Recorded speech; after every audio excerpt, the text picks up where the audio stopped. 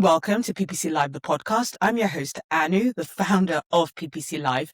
And if you're used to hearing advice from PPC experts about how to ensure that we're keeping up with the ever-changing landscape, don't worry, you are still in the right place.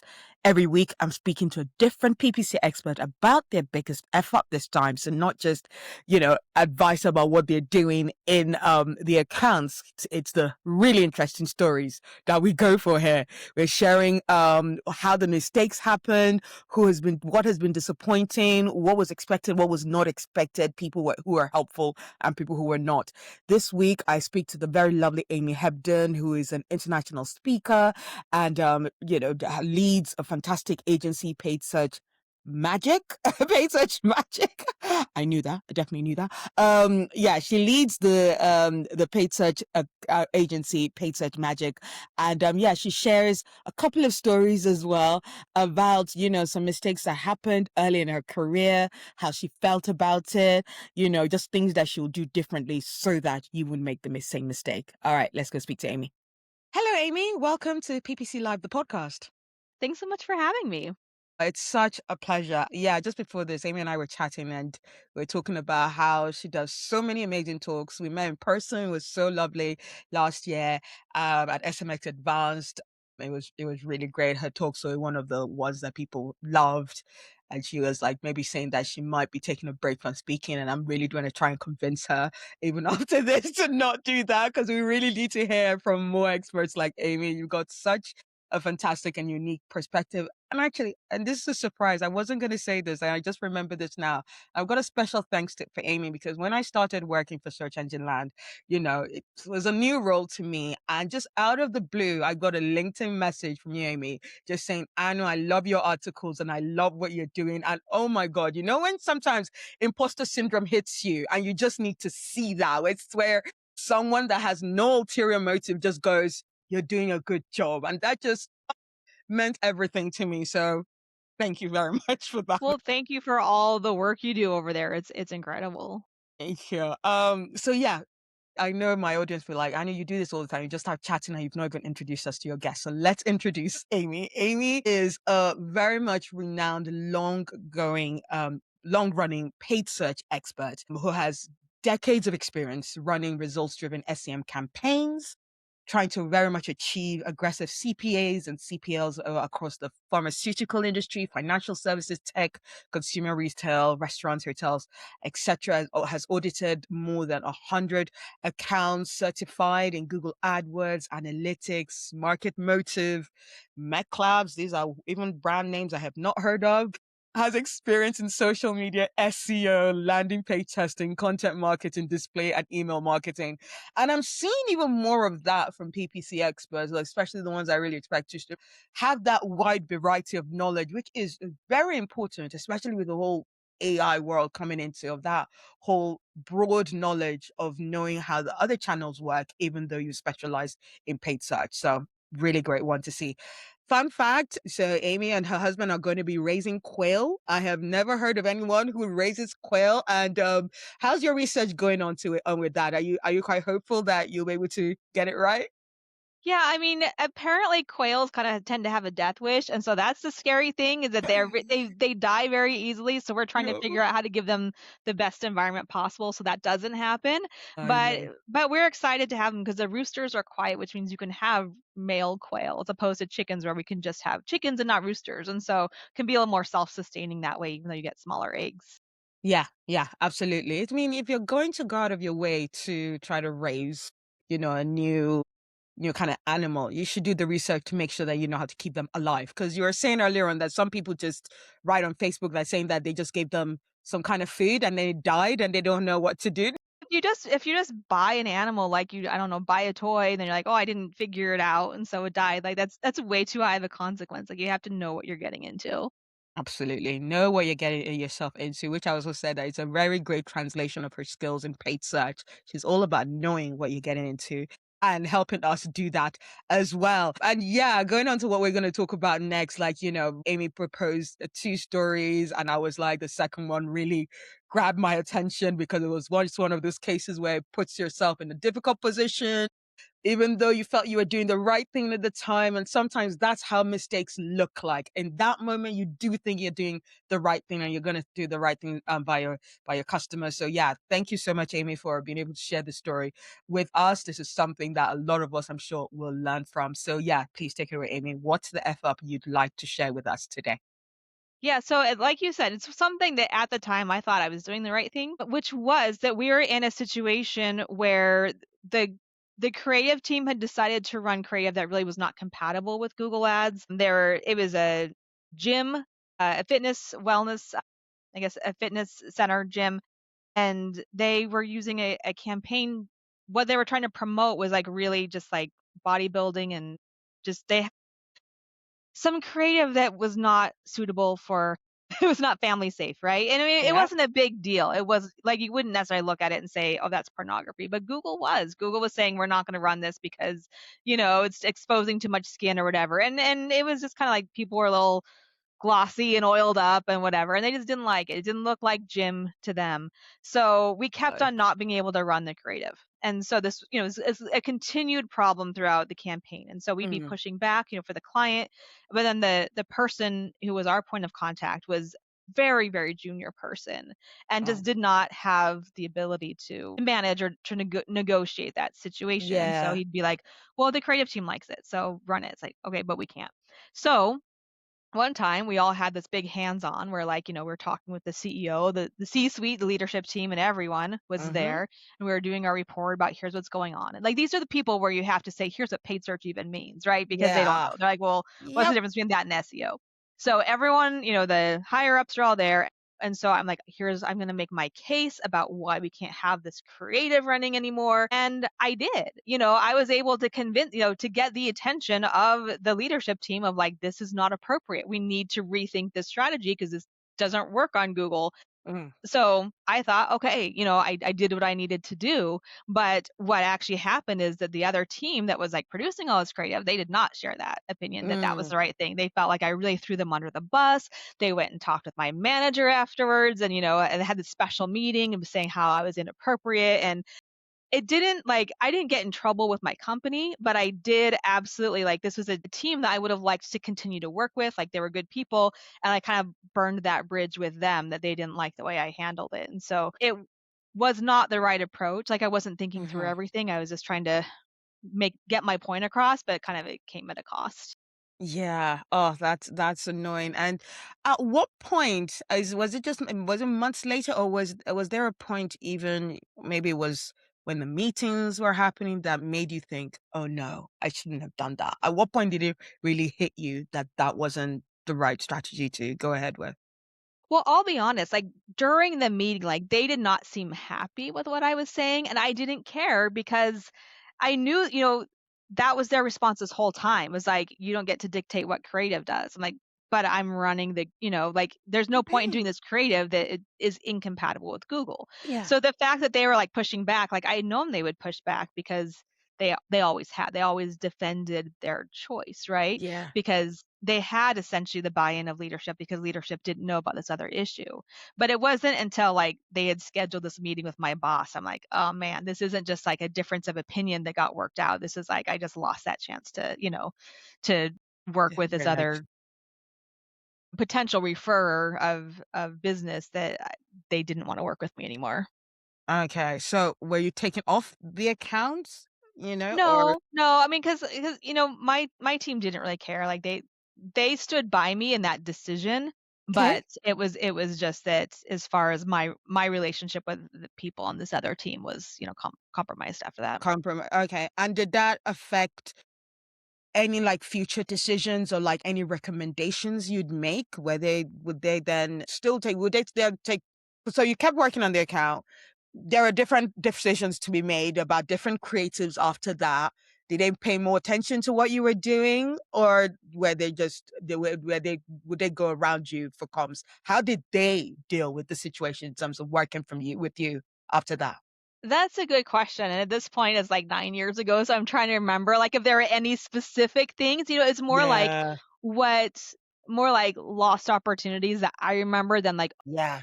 that, you know, like it came Yeah, back to bite me. I don't remember anything specific like that, but there sure. definitely could have been that I just like thankfully blocked out. Like, I don't know about you, but like my mess ups keep me like worried about it all through the Absolutely. night, every night. I'm Yes, like, oh, remember how I did that dumb thing? So yes. if I'm able to forget something, thank goodness. I know, which is why I'm always so grateful when people that are, you could come and share these stories because it is that kind of thing that makes you think, oh God, you can't believe you did that, but you've put it in the back and you've moved on from it. So yeah, this podcast, I do know it kind of brings a bit of PTSD for some people, and I feel like I need to apologize to And people just for to be that. clear, this is not the worst thing that's ever happened. This is just something that's different than maybe what your listeners have. I've made a lot of mistakes. Like you said, I had to choose which one to do. It's not like, Yeah, oh, one time someone got mad at me, the end. Like there's real stuff, right? But this is probably a little bit different than the normal, like, oh, I messed up yeah. on a setting or I let something go for too long. And so, what do you do? What could you have done differently? Because it's this whole podcast is about let's learn from it. You know, what's the different strategy or different approach you feel you should have done in that case? Yeah, I think I really should have like considered my stakeholders better. You know, they are a stakeholder. They're not just someone I was trying to like strong arm into seeing things my way. Like they had Mm, buy-in from someone else who had given them approval.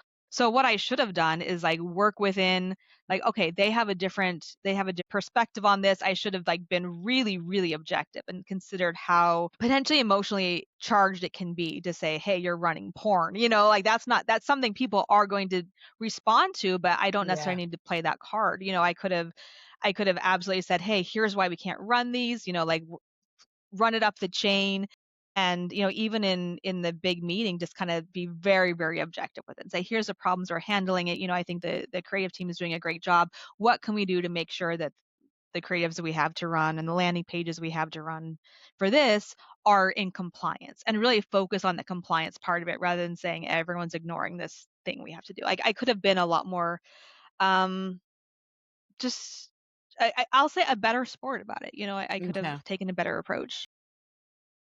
interesting. Again, to be fair, I think even with these kind of mistakes, they're nice positives to get out of it. Like I picked up on the fact that you said that your team were still on your side. They really like they were behind you. They understood why you gave that advice. How did that make you feel? And why is having someone in your corner in those kind of moments kind of important? I mean, if they hadn't, like, if they had just been like, "Oh," it would have really surprised me because they Mm, hadn't said anything up until then, and so if they're like, "Oh, someone else had this reaction, so now we're gonna think," you know, because 'cause they're all in the room with me, and so sure. now we're gonna have a problem with it, I would have felt a little bit less Mm, of their willingness to, like, have my back, you know, if it yeah. changed the minute someone else said something, but, I mean, they were they're pretty consistent, so that was nice. It's nice to have that. It's nice to have that consistent support. Do you feel that it was in a way? I mean, like it's not even necessarily about the fact that they knew that you were giving the right advice, but also in terms of the fact that the way you went about it. Did any of your team question you in terms of like, look, I mean, we know why you gave that advice, but we should have done it X, Y, Z because obviously they had meetings with your manager kind of thing and your managers took those meetings. Was there any feedback that the manager then gave to you for what you could have done differently? No, and No, not really. I didn't get any feedback from them. So, like, I honestly, Yeah. I felt vindicated. I felt like, well, what I did was fine. It wasn't until like later, you know, years later. I mean, Yeah. I felt bad that like, oh, that's too bad that my correct decision resulted in this burnt bridge, right? That's kind of how I saw it at the time. Yeah. It wasn't until later I'm like, you know, what, I didn't have to have taken that approach. I could have gone about it differently and probably got the same result. And I mean, at a certain point, I think you do have to decide to escalate something. And you do have to Yeah. say, am I willing to burn this bridge? Am I willing to light it all on fire? You Yeah. And I would say often that answer should be no. Like you need Yeah. to really have a good justification for it for that answer to be yes. Because we always think we're right. We always think we're like it's all just about the account. And a lot of times it is about relationships and not just the account. So the better you can be, the more tactful, the more empathetic you can be about communicating that, Mm. the more skilled you are in getting it to happen anyway, right? You don't have to Yeah. like go nuclear or whatever. Yeah. I mean, people have gone more nuclear in past stories I've heard where it has ended in properly burnt bridges and yeah, firing and leaving the job. But in a way, Are you happy that you stayed on with that company? I mean, because I don't know, I sometimes do get, we spoke about the fact that sometimes you make a mistake and sometimes you just wish you could be like, okay, let me just leave because I'm never going to come back from this, and the whole environment is a little bit. Or was it just, were there like one of the other clients you work on, so it didn't take up all of your time? Yeah, it was one of probably 8 clients I had at the time. It wasn't a big deal as far Okay, as that all goes. right, Yeah. yeah, okay, cool. Actually, we have time for this. I know you spoke about actually two things that you were going to bring up. Can we also bring up that second mistake that you talked about? Is that okay? About Yeah. how there was Yeah. an account that Yeah. didn't go Sure. live very closely. Yeah. So this is before I was working at that company. So this is like we're looking at 12, 13 years ago now. Yeah. I was doing contract work for one company, then I was moving states to start working for a different company.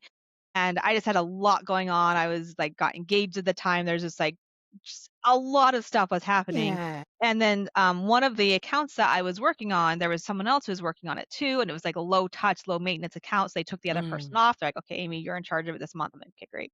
But then nothing happened with it. I didn't check in on it.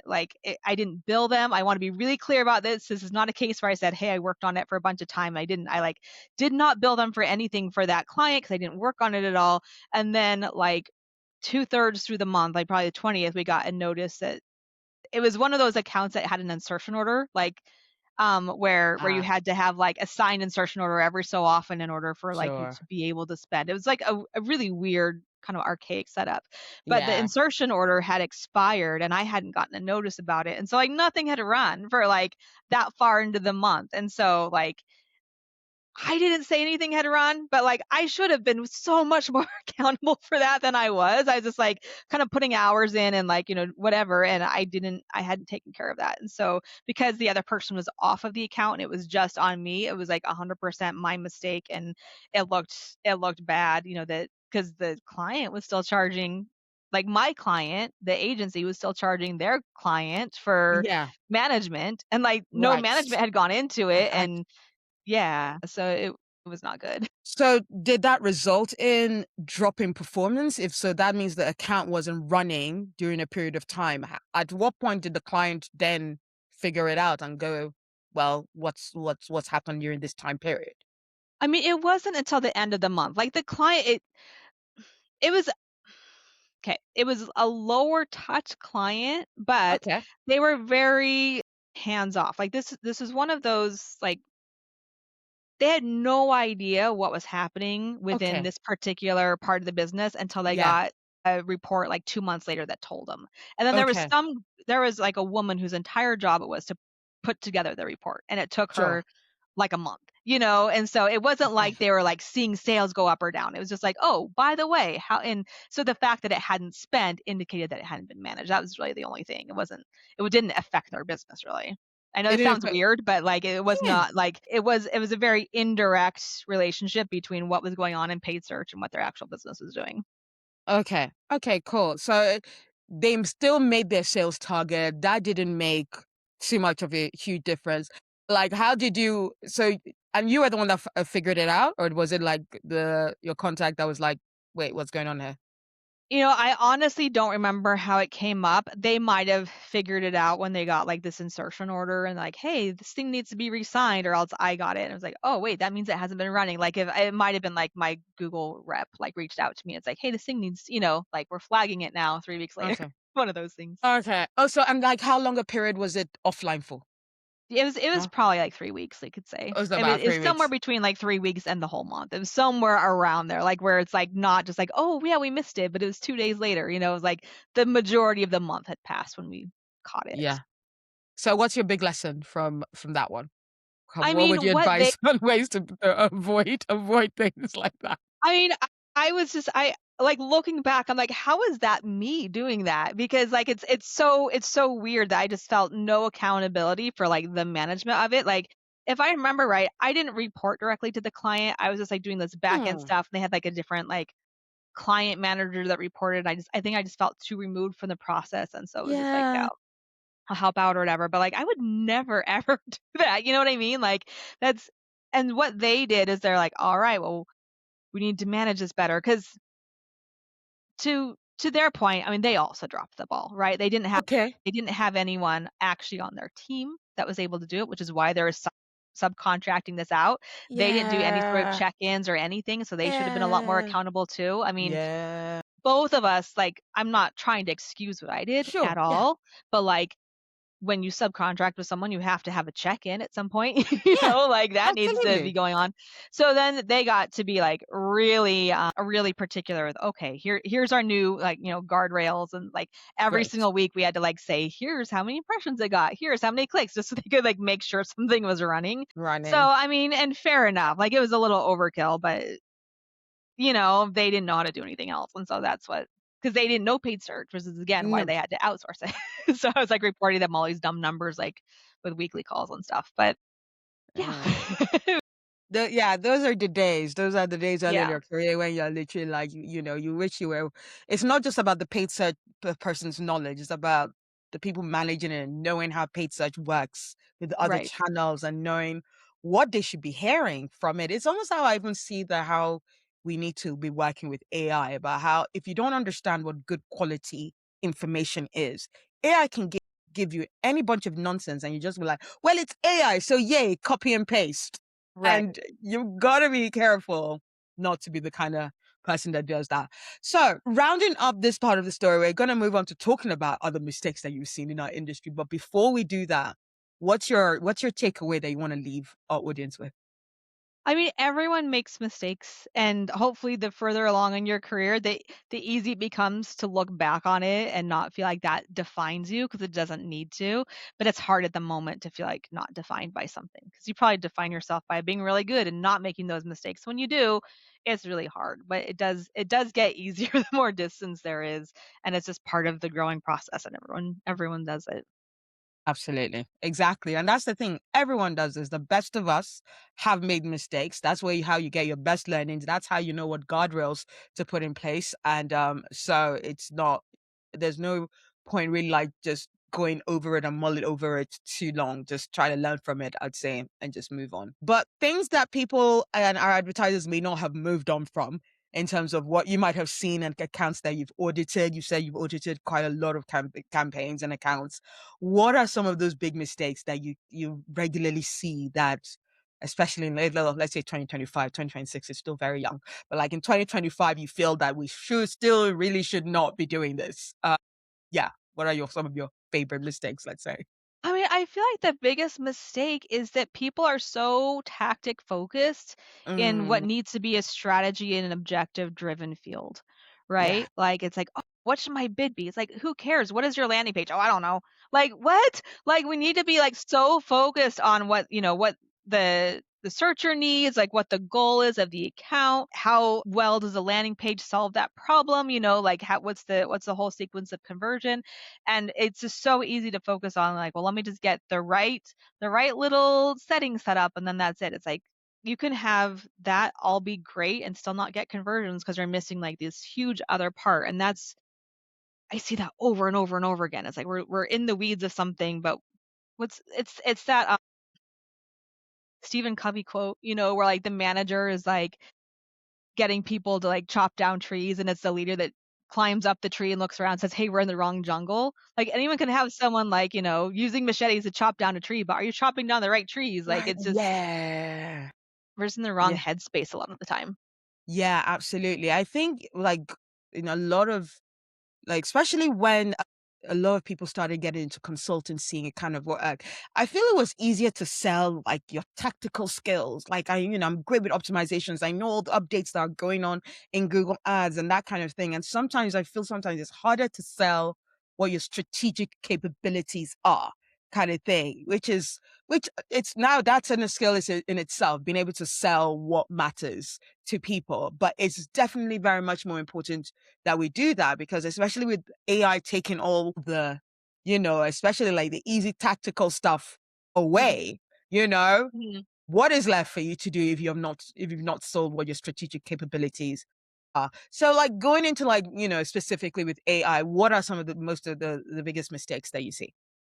Well, I think you just kind of hit on it when you just can have AI produce anything. You're like, oh, it sounds good. AI wrote it, right? Like this thing that is kind of always in my head is this TED talk that I heard a while ago that was someone saying, how does it feel to be wrong? And people are like, oh, it's embarrassing. Oh, it's, shameful or whatever. And like, no, that's how it feels to find out that you were wrong. Being wrong, it feels exactly the same as being right. And Yeah, when you have AI give you an answer like, "That sounds right," like, it's designed to create something like, "Yeah, that sounds right." It could be 100% wrong, but it feels right because that's what it's trying to do, is to give you something that yeah, sounds like it could be the right answer. So the more you know about a subject, the more you're gonna be able to poke holes in what you get or say, "Hey, yeah, this is actually really good," or, "No, it's not." But if you don't know anything, you're like, "That sounds right," and then you don't even know yeah. how far removed it is from, like, any sort of source of truth, you know? Yeah, absolutely. No, that is a very fair point. Like, it's the feeling, the feeling of finding out that you're wrong is what annoys us. Like, even like the stories that you shared when you were doing the thing you were doing, telling like, in that meeting, saying that no, the creative is wrong. You were doing the right thing in that moment. It's finding out that you went about it the wrong way that made you then go up, and there's such a difference because we never think we're wrong. I think I've definitely had meetings with people when like I feel like it's someone who's like my manager is more senior to me and they're asking me like, so what should you have done different? I'm like, if I knew, I'd already be in the same spiral right now. I know Right. how it feels. I have no idea that the things that I've been doing are so wrong. Can you tell me what has been wrong so that I can change it? So yeah, some of those meetings that with managers need to be better and just straight to the point and stop making it a minefield of like, guess what you did wrong? I'm like, Right. everything. I think I've done everything wrong. Can you just tell me which one it is? Because yeah, the imposter syndrome can be strong in our minds if we're not careful. But even talk, what I also like talking about in terms of like these kind of situations. Have you managed people before? Yeah. Yeah, you've managed teams. Like, what has been your experience with people who have made mistakes? And, what's your been experience? Do they tend to hide it away, or are they more open about it? I mean, it totally depends on the person. It's easier to work with people who like own up for it. I think a lot of people don't like to, and like before they'll tell you what happened, they'll like come up with a list of 5 reasons, like kind of 5 excuses, like, well, Yeah, I mean, that's kind of human nature, but it's just easier when yeah, it's like, all right, here's what happened and how we're gonna fix it. I think that that's one thing that I had to. I mean, we all have to learn, but like I had mhm, this really good manager whose whole thing was like, the whole point of this is for us to be able to accomplish this thing, right? Like to work on yeah, this account. So if you know that you don't have the bandwidth, if something comes up, like let me know so that we can solve for it, right? Like everything is about like how we're going to solve for this together. And it's not like, did you meet this requirement? Yes or no. It's like, how are we going to bring this thing to pass. And that was it was so interesting because I just hadn't had managers like that before in my career where they're focused on like the bigger goal, not just like, did you do your part, yes or no, and like you get in trouble for it.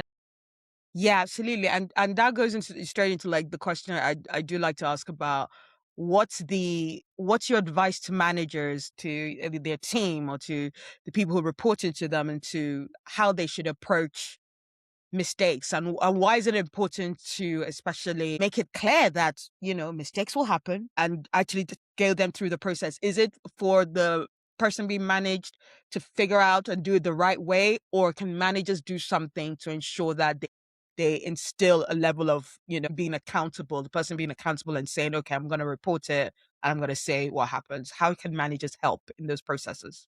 Yeah, I think it is just about emphasizing the importance of it being like a literal team effort and Hmm. not just like an individual thing where you are pass or fail, but like we're all working together on this and how can we like redistribute the workload if needed, or how can we all support each other and everyone kind of working for that common goal as opposed to just like, well, you messed up and I'm like keeping tabs on that, you know? Yeah. Yeah, no. And what's your advice to our LinkedIn community who never share their mistakes? I mean, it's scary to share mistakes, and so, like, I think you have to figure out if there's a benefit for it. Like, you'll see most people who share mistakes is like, "This happened a long time ago." And I mean, same with Yeah. me. I didn't tell you something that I did last week that was dumb.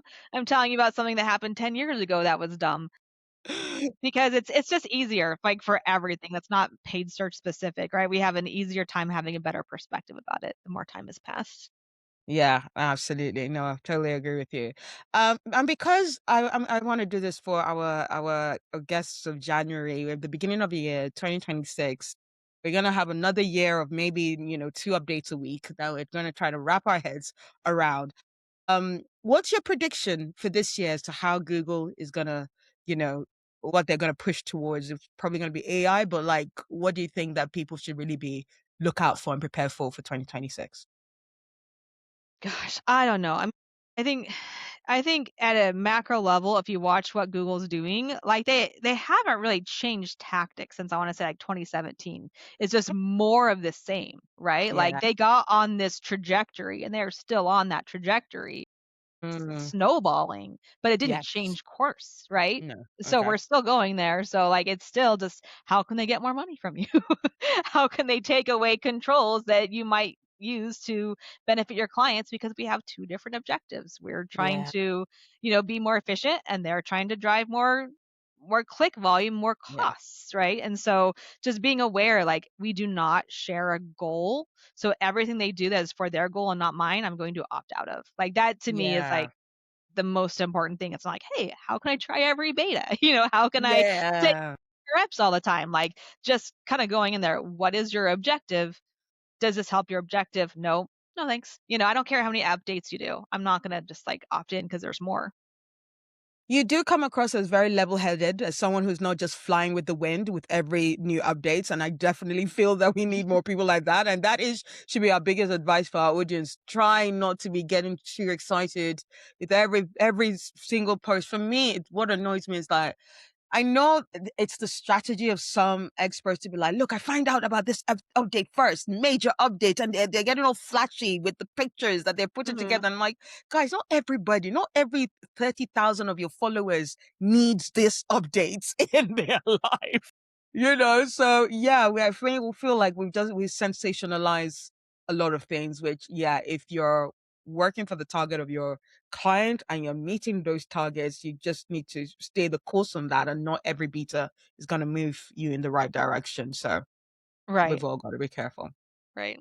Thank you so much, Amy. This has been such a fantastic chat and such great learnings from someone so experienced as yourself. So thank you so much for that and taking the time to do this. One last question, a nice, fun, non not non PPC kind of thing. If your PPC career were a movie, what would the title be? So, my answer to this is a little bit cheeky, but it's practical magic. Because So so my business is paid search magic, right? And that is just Yeah. based on like when I was really like when I started my business, and this is like back in 2015, I want to say that like I came up with the name as another couple years before I like left and made it my own thing, but I still had this kind of thing where it was just like I just felt like the results you can get from paid search were just like magical. Like you control these settings and levers, you can do all stuff to Mm, optimize to do more of what's working and less of what's not. And you could just get these like magical results. And it was like so amazing to be able to create that where everything else is like a much longer game and whatever. So yeah. like that magic component I've really held on to, but at the same time there are definitely times where I have to say, well, it's not magic. Like people who Yeah. just like expect instant results or whatever. It's like Yeah. it's so deeply based in strategy and yeah, like there's tech and art and science and everything, but like there's a real practical side of it. We're not just going to be able to like Yeah. 10x something overnight. Or I mean, sometimes you can. Yeah. If it was really, really bad, you can 10x it, Yeah. but for the most part, like we do need we need a real clear strategy and not it's not just gonna like be some sort of magic thing. So practical magic I think is probably a good combination of words that would describe my career. Absolutely. I totally really enjoyed that explanation. And like, cause genuinely cause when I first started my career in like 2008, like I started with a little bit of a stint in SEO, and I found it, especially way back then, it was very basic. There were not all these, tech, companies that I helped you really, position. So it was all about, I'll speak to the web admin for a different site and be like, can you put a link of my client on yours? It was very salesy. I hated it. And then maybe after Mhm. 3 months, I went to another job, a job interview, and they were like, "Yeah, there's paid search, and the more I learned about it, you'll write an ad and you see your ad like 2 minutes, and I was like, that felt like magic. That felt like, whoa, that's so immediate. Obviously, the performance is not immediate. We tell people mix around, but yeah, being able to just see that whole, you can see it straight away, and that's why I also feel like SEO PPC should really work well to each other, because you can test things a lot quicker on paid search, and then know whether you put the efforts into SEO. You have the breadth of the knowledge of the digital marketing channel, so that's not something I need to tell you. I'm sure you're fully aware of that. So yeah, that's I think practical magic for your career. That sounds fantastic. So yeah, this has been such a great chat. Thank you so much, Amy, again for joining us. And before we leave our audience, where can people find you talking and giving some some of your amazing advice on the different platforms? So paid search magic, you can go there, sign up for my newsletter. I usually will share things that way. I'm not the best at social media. Like every year, I feel like I'm like, this is the year I'm gonna do it, and I'm Right. like, I'd still prefer not. No thanks. Oh, I I'll lurk understand that. sometimes, but I'll post like never. If you ever post, what's the one platform people should probably maybe expect to hear some I insight mean, from? let's say LinkedIn, because where Yeah. else? Where LinkedIn. I know it used to be Twitter, and then that just became a bit of like, oh Yeah. God, a No. hellscape. So No. yeah, no, I totally understand. Well, that has been a fantastic, great chat. We'll share all the links for, Paid Search Magic, and yeah, Amy's LinkedIn, and you can just lurk and see whether she comes out with any brilliant insights in 2026. Who knows? Even if it's just one, who knows? It will be a fantastic one to take away with. So thank you so much, Amy, and that's been a great chat. Thanks. Thanks so much. Cheers. Bye. Thank you so much, Amy, for sharing that very honest and transparent retelling of that story of something that, that like all of us would feel very heartbreaking to even relive or to think back again. And that's really why I'm so grateful to all our speakers. It's not just that they're brave, but something that they're willing to go back and retelling, even though, they know that they've come through out of it. They know their success now, but still just thinking about that mistake can just make all your arms tingle in not the nice way at all. So yeah, remember that, the longer it goes, the longer the time goes, the less you feel so bad about that mistake. And sometimes it might be the right thing to do. And it was similar to, Anthony Higgman's, lesson. It might be the right thing to do, but it might be done the wrong way. So you just need to watch out for that and make sure you get advice even from someone else to ensure that you're approaching things the right way. For all the information and the full transcript of that fantastic show, please go to podcast.ppc.live. So yeah, another PPC Live event update as I do usually. Tickets are live. Tickets are still live. Please go to ppc.live. Please don't leave it to last minute. I know a lot of folks kind of make their mind up the Monday of the week, the week that they want to go to an event. And I do get that, post-Christmas can be a little bit bank balance draining. So I totally understand, but it's only £50 for a ticket. Lots of other events are like in the 400, 500, 600,000 pounds. £50 to see an international speaker like Niels Rujman, as well as Kat Sale and Dave Alexander, both part of agencies that are award winning. So they're going to give advice about stuff that is working, that is winning them awards. So you need to be there. You want to be there. That's on the 5th of February. Go to ppc.live to get tickets for that. Before I leave you, yes, again, I'm also delighted to share that I am taking on coaching clients, PPC mindset coaching clients. So yeah, just go to themarketinganu.com to book a time with me to discuss challenges you're facing, what you want to get out of this year. That promotion that you want to get, that pay rise you want to get, that new job you want to get, that manager you want to get off your back. So anything that might relate to you ensuring that this year is your best year for your career. Yeah, let's talk about that. Get in touch with me. Go to themarketinganu.com to book a free 15-minute discovery call so that we can discuss what is going to work for you. All right. Thank you so much for listening to that. And I hope you join us next week for more talking about triumphs and F-ups from PPC experts. Thank you very much. Bye.